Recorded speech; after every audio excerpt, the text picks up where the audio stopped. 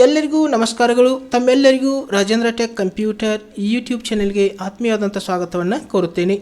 ನಾವು ಕಳೆದ ಕ್ಲಾಸದಲ್ಲಿ HTML ಬೇಸಿಕ್ಸ್ ಪ್ರಾಕ್ಟಿಕಲ್ ಕ್ಲಾಸ್ 3 ಇದರಲ್ಲಿ how to use H1 to S6 tags in HTML coding. ಅಂದರೆ HTML ಕೋಡಿಂಗ್ದಲ್ಲಿ ನಾವು H1ದಿಂದ S6 ಟ್ಯಾಗನ್ನು ಯಾವ ರೀತಿಯಾಗಿ ಉಪಯೋಗ ಮಾಡ್ಕೊಳ್ಳೋದು ಅನ್ನೋದನ್ನು ಒಂದು ಎಕ್ಸಾಂಪಲ್ ಮುಖಾಂತರ ನಾನು ಪ್ರಾಕ್ಟಿಕಲ್ ಕ್ಲಾಸಲ್ಲಿ ಮಾಡಿ ತೋರಿಸಿದ್ದೀನಿ. ಸೊ ನೀವು ಇನ್ನೂ ಆ ಕ್ಲಾಸ್ ನೋಡಿಲ್ಲ ಅಂದರೆ ನಿಮಗಾಗಿ ಇವತ್ತಿನ ಒಂದು ವಿಡಿಯೋದ ಡಿಸ್ಕ್ರಿಪ್ಷನಲ್ಲಿ ಅದರ ಲಿಂಕ್ ಹಾಕ್ತೀನಿ. ತಾವು ಲಿಂಕ್ ಓಪನ್ ಮಾಡಿ ಆ ಕ್ಲಾಸ್ ಕೂಡ ನೀವು ನೋಡ್ಕೋಬೋದು. ಸೊ ಇವತ್ತಿನ class HTML basics practical class 4.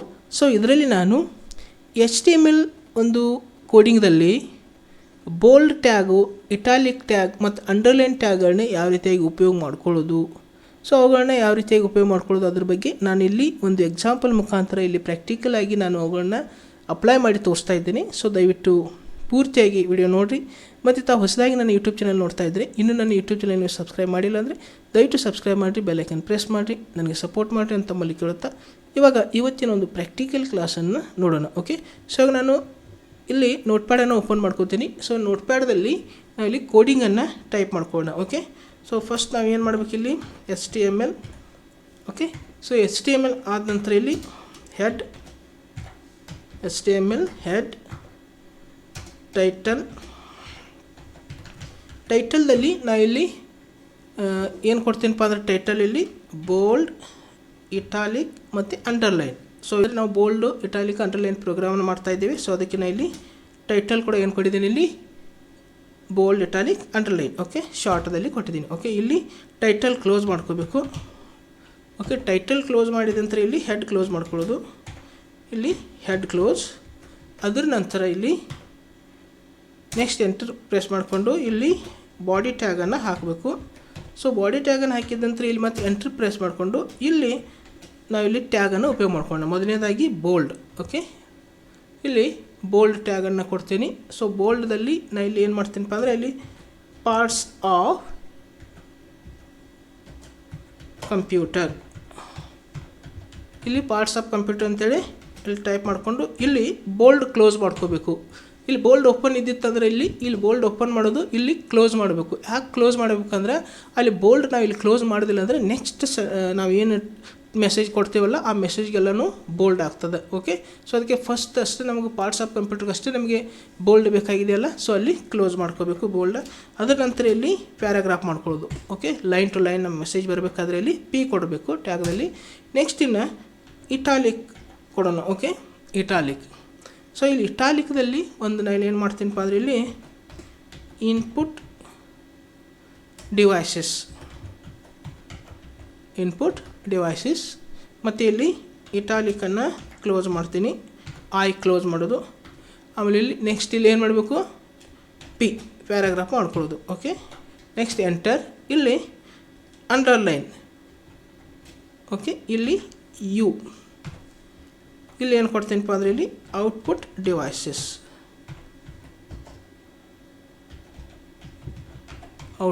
Devices ಮತ್ತು ಇಲ್ಲಿ ಅಂಡರ್ಲೈನ್ ಕ್ಲೋಸ್. ಮತ್ತು ಇಲ್ಲಿ ನೆಕ್ಸ್ಟ್ ಏನು ಮಾಡ್ತೀನಪ್ಪ ಅಂದರೆ ಇಲ್ಲಿ P ಕೊಡ್ತೀನಿ. ಓಕೆ, ಸೊ ಇದನ್ನ ನಾನು ಏನು ಮಾಡ್ತೀನಪ್ಪ, ಮೊದಲನೇ ಸೆಂಟೆನ್ಸನ್ನು ಬರಿತೀನಿ ಮತ್ತು ನಾನು ಇಲ್ಲಿ. ಸೊ ಎಲ್ಲನೂ ಅಪ್ಲೈ ಮಾಡ್ಕೊಳ್ಳೋಣ. ಓಕೆ, ಇಲ್ಲಿ ಬೋಲ್ಡ್, ಇಟಾಲಿಕ್. ಓಕೆ, ಇಲ್ಲಿ ಇಟಾಲಿಕ್ ಮತ್ತು ಅಂಡರ್ಲೈನ್, ಬೋಲ್ಡ್, ಇಟಾಲಿಕ್, ಅಂಡರ್ಲೈನ್ 3 ಟ್ಯಾಗನ್ನು ನಾವು ಅಟ್ ಎ ಟೈಮ್ಗೆ ಇಲ್ಲಿ ಉಪಯೋಗ ಮಾಡ್ಕೋಬೋದು. ಸೊ ಇಲ್ಲಿ ಮತ್ತೆ ನಾನು ಏನು ಬರ್ತೀನಿ, ಇಲ್ಲಿ ಪಾರ್ಟ್ಸ್ ಆಫ್ ಕಂಪ್ಯೂಟರ್ ಅಂತೇಳಿ ಕೊಡ್ತೀನಿ, ಪಾರ್ಟ್ಸ್ ಆಫ್ ಕಂಪ್ಯೂಟರ್. ಓಕೆ, ಇಲ್ಲಿ ಮತ್ತೆ ಇಲ್ಲಿ ಕ್ಲೋಸ್ ಮಾಡ್ಕೋಬೇಕು. ಇಲ್ಲಿ bold close. Okay, italic close, underline close. ಅದರ ನಂತರ ಇಲ್ಲಿ P. ನಾವು ನೆಕ್ಸ್ಟ್ ಮೆಸೇಜ್ ಬರಬೇಕಾಗಿತ್ತಪ್ಪ ಅಂದರೆ P ಕೊಡಬೇಕಾಗ್ತದೆ ಇಲ್ಲಿ. ಸೊ ಇಲ್ಲಿ P. ಆಮೇಲೆ ನೆಕ್ಸ್ಟ್ ನಾನು ಏನು ಮಾಡ್ತೇನೆ, ಇಲ್ಲಿ ಕ್ಲೋಸ್ ಮಾಡಿಬಿಡ್ತೀನಿ. ಓಕೆ, ಬಾಡಿ ಟ್ಯಾಗನ್ನು ಕ್ಲೋಸ್ ಮಾಡೋಣ. ನಾವು ಮೆಸೇಜ್ ಬರೋದನ್ನು ಸ್ಟಾಪ್ ಮಾಡೋಣ. ಸೊ ಇಲ್ಲಿ ಬಾಡಿ ಟ್ಯಾಗನ್ನು ಕ್ಲೋಸ್ ಮಾಡ್ತೀನಿ. ಸೊ ಅದರ ನಂತರ ಇಲ್ಲಿ ಲಾಸ್ಟ್ ಯಾವುದು, ಇಲ್ಲಿ HTML ಟ್ಯಾಗನ್ನು ಕ್ಲೋಸ್ ಮಾಡ್ಕೋಬೇಕು. ಇವಾಗ ನಾವೆಲ್ಲನೂ ಕೋಡಿಂಗನ್ನು ರೆಡಿ ಮಾಡಿದ್ದೀವಿ. ಸೊ ಈ ಒಂದು ಕೋಡಿಂಗ್ದಲ್ಲಿ ಬರೆದಂಥ ಬೋಲ್ಡ್ ಪಾರ್ಟ್ಸ್ ಆಫ್ ಒಂದು ಕಂಪ್ಯೂಟರ್ ಇಲ್ಲಿ ಬೋಲ್ಡ್ದಲ್ಲಿ ಬರಬೇಕು. ಆಮೇಲೆ ಇನ್ಪುಟ್ ಡಿವೈಸ್ ಇದು ಇಟಾಲಿಕ್ದಲ್ಲಿ ಬರಬೇಕು. ಆಮೇಲೆ ಇದು ಔಟ್ಪುಟ್ ಡಿವೈಸ್ ಇದಕ್ಕೆ ಅಂಡರ್ಲೈನ್ ಬರಬೇಕು. ಆಮೇಲೆ ಇದು ಎಲ್ಲ ಪಾರ್ಟ್ಸ್ ಆಫ್ ಕಂಪ್ಯೂಟರ್ ಇದೆಯಲ್ಲ, ಎರಡನೇದು ಒಂದು ಸೆಂಟೆನ್ಸು. ಸೊ ಇದಕ್ಕೆ ಬೋಲ್ಡ್, ಇಟಾಲಿಕ್, ಅಂಡರ್ಲೈನ್ ಎಲ್ಲನೂ ಕಂಪ್ಲೀಟಾಗಿ ಮೂರೂ ಅಪ್ಲೈ ಮಾಡ್ಕೋಬೇಕು. ಸೊ ಆ ಮೂರು ಅಪ್ಲೈ ಆಗಿದಾವೆ ಇಲ್ಲಿ ನಾವು ನೋಡ್ಕೋಬೇಕಾಗ್ತದೆ. ಸೊ ಎಲ್ಲಕ್ಕೂ ಇವು ಬೋಲ್ಡ್, ಇಟಾಲಿಕ್, ಅಂಡರ್ಲೈನ್ ಅಪ್ಲೈ ಆಗಿದಾವೆಲ್ಲ ನೋಡ್ಕೋಬೇಕಾಗಿತ್ತಪ್ಪ. ಆದರೆ ಇದು ನಾವು ಔಟ್ಪುಟ್ ನೋಡಬೇಕಾಗ್ತದೆ. ಸೊ ಔಟ್ಪುಟ್ ನೋಡೋಕ್ಕಿಂತ ಮುಂಚೆ ಇದನ್ನು ಸೇವ್ ಮಾಡ್ಕೋಬೇಕು. ಕಂಟ್ರೋಲ್ ಎಸ್ ಮಾಡಿದ ನಂತರ ನಮಗೆ ಇಲ್ಲಿ ಯಾವ ಲೊಕೇಶನ್ ಬೇಕಲ್ಲಿ ನಾವಿಲ್ಲಿ ಸೇವ್ ಮಾಡ್ಕೋಬೋದು. ನಾನು ಇಲ್ಲಿ ಎಫ್ದಲ್ಲಿ ಸೇವ್ ಮಾಡ್ಕೋತೀನಿ. ಓಕೆ, ಸೊ ಇಲ್ಲಿ ಎಫ್ದಲ್ಲಿ ಸೇವ್ ಮಾಡಿಕೊಂಡು ಇಲ್ಲಿ ಏನು ಕೊಡ್ತೀನಿಪ್ಪ ಅಂದರೆ ಇಲ್ಲಿ BIU ಅಂತೇಳಿ ಕೊಡ್ತೀನಿ. Okay, BIU bold, italic, underline .html.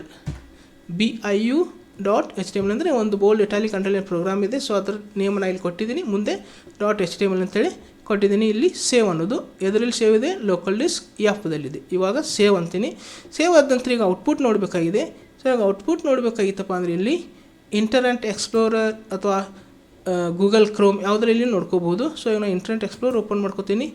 Open ಮಾಡಿದ ನಂತರ ಇಲ್ಲಿ ಕಂಟ್ರೋಲ್ O ಮಾಡಿದ ನಂತರ ಇಲ್ಲಿ ನೋಡ್ಕೋಬೋದು BIU ಅಂತೇಳಿ ಇಲ್ಲಿ ಫೈಲ್ ಬಂದಿದೆ. ಸೊ ಇದ್ರ ಮೇಲೆ ಕ್ಲಿಕ್ ಮಾಡ್ಕೋಬೇಕು.